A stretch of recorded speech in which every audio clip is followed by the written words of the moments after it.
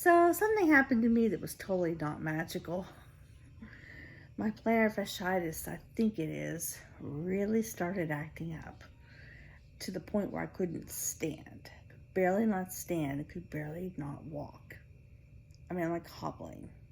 So we got a wheelchair, and right now I'm working on some homework from my bed while Kenny's finishing laundry. We had a great night last night. I think what caused it to act up was I wore really high heels. But dang, they look good with my dress. I'm paying for it today. I think I know what caused the problem. My feet weren't this bad until I wore these specific shoes yesterday.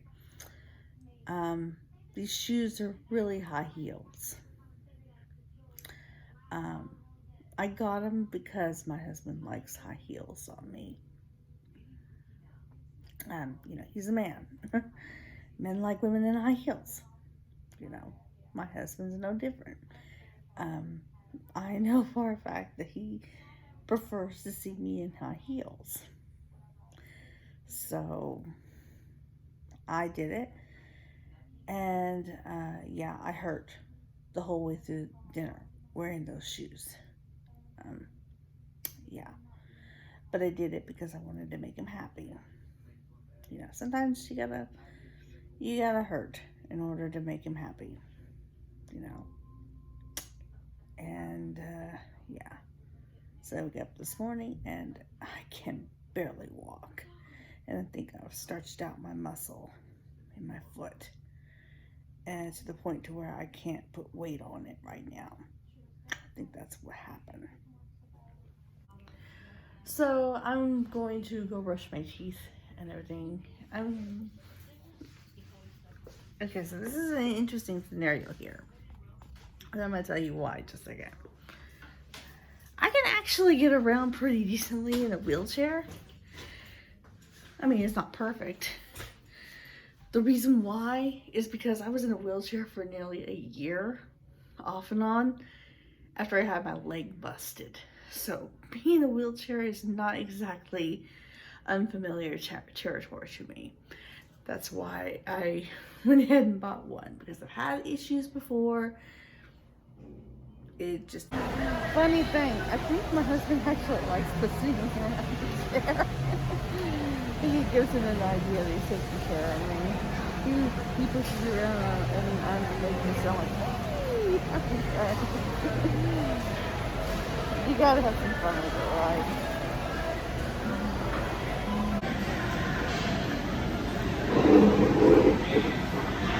Okay, so you get to see what it's like from my vantage point right now. Whee!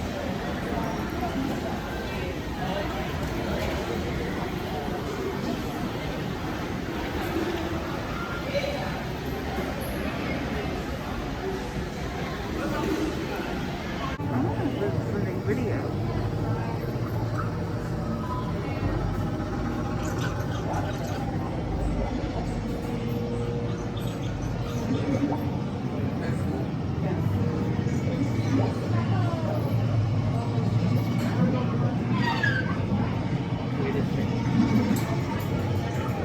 That's pretty cool.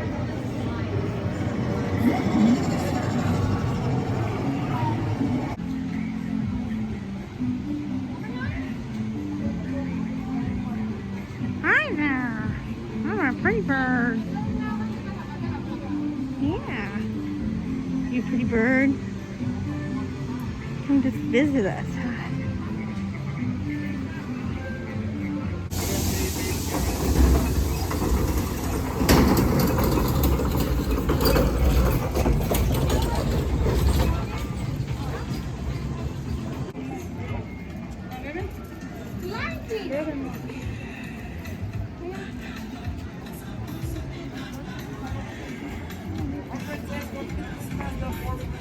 You'll also see the pink back pelicans.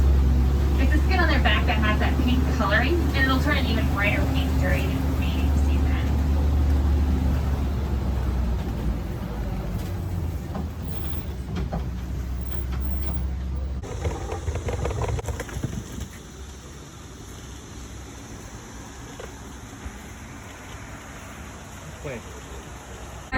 You know what? That's why there's no more flying grapes in the forest of Africa. If you like that joke, you guys are gonna like all my jokes. Oh, Ari, I love you so much. All right. These are not owls. Wait.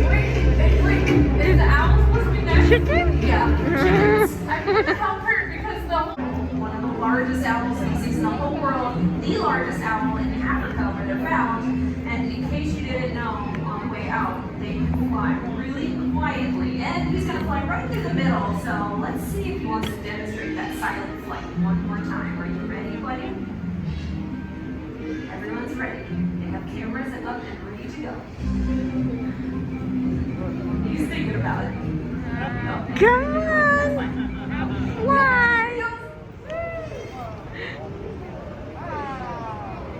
Pretty cool, huh? Yeah, it was bad. Remember, rodents were everywhere. Yeah, it was pretty bad. But you guys, I think it's safe to say that that rat problem, it's behind us now. Yes, it is. The rain man! And you guys remember Dixon recycling in the beginning of the show? Super, super smart. I've actually been working on teaching Dixon a little turn on the rock. Do you want to talk about how we train the birds while you work on it? Yeah, that'd be a lot of fun. Okay, so collared ravens, really intelligent birds. So Ari's trying to teach him how to do a little spin with positive reinforcement training. So basically she's offering him treats, things he really likes in exchange for doing something that we would like him to do, right? Something, hey, wait. Why did you give him a treat for untying my shoe? Okay, looking good.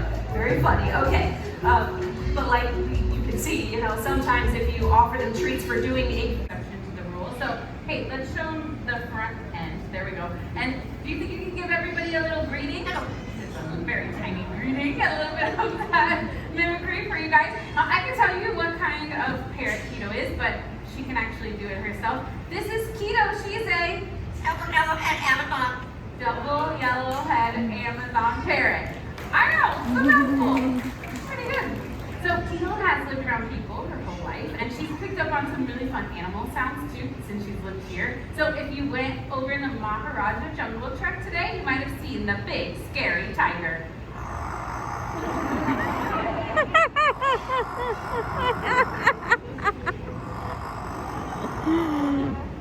It's pretty scary, right? She like fluffs out her cheeks when she does that growl. Okay, if that was a little scary for you guys, we can do the tamer version. How about the kitty cat? There's a little kitty cat. Pretty good. But my favorite thing that Keto does is she likes to sing a song about the farm. Do you guys want to see if she'll share it today? Yeah. So they're being really sweet while we deal with all these shenanigans. Let's see. You want to sing? Hello. Hi. We're ready to sing? Let's sing. Here we go. Ready? Let's sing.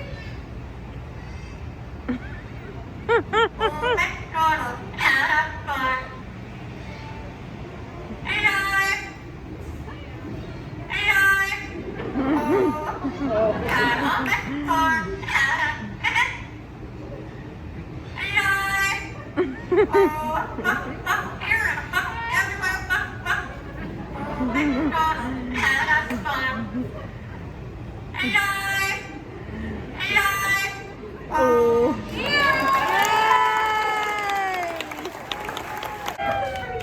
Okay, so Keto, you did a good job, but I think that it's time for you to go. Can you say goodbye? Bye. That was Keto. Oh, she's so cute. Well, you guys, I know how cute she is. Thank you, Corey. But I want you to know, I don't want anybody to be inspired to rush out to the pet store thinking it might be a good idea. This guy is one of the largest blighted species of bird in the entire world. He has about a 10-foot wingspan. Now, and as members of the vulture family, we know what vultures like to eat, right? Carrion, yeah, very smart. They eat dead stuff, basically. I know it's gross, but these birds are doing that job that no one else out there wants to do. They're cleaning up all of that stinky mess, but it's helpful for us too because it actually helps to stop the spread of disease. We're going to feed the curry! Okay, you gotta do it now. All right, I'll give it a try. Come on, come on. I know you have never had him fly you on stage, but I know you've been working so hard. You have good treats? I have treats. All right, and he always lands on the grass, so you're in the perfect spot. Just call him when he's looking at you. I'm gonna try it. All right, Fraser, you wanna come on down here? That looks like enough. Okay. Okay. Idea number 2. We're friends, right, Katie? For now. I have an idea. Just go with me, okay? Go where? Just hold on. Okay. So crown braids get their name from the crown of golden feathers on top of their head, and you need to make a story of our lifetime. At least I think so. Yeah. In fact, it wasn't long ago that bald eagles were disappearing. And something really amazing happened because people realized that they needed help and they started to take action. They started cleaning up the waterways where the bald eagles fished and stopped using a chemical pesticide called DDT. It actually played a major role in their decline. Yeah, so people, just like all of us, played a part in bringing the bald eagle back from the brink of extinction. Oh, that's right. And everyone's efforts really did pay off. In fact, the number of eagles began to rise, so much so that today, well, they're no longer on the endangered species list. Yeah, it is. Okay, we're here at Lowe's Pacific Resort. It's a nice view. Kind of cloudy right now though. Here's a bed. We have 2 beds. You'll notice signage. Lots of signage. Reminding everyone to keep washing their hands frequently. TV. In restaurants, tables will be spaced, so we keep the right distance between groups. Place for me to just put my stuff. Spacing guides, directions, and floor markers to help. Nice hallway. This is a big closet here. In addition, team members will help assist with And social a nice area next while you're here. for washing hands and stuff like that. Visit. While not all attractions will be open, And the bathroom. virtual learning experience and participating attractions. The app We're glad to be here.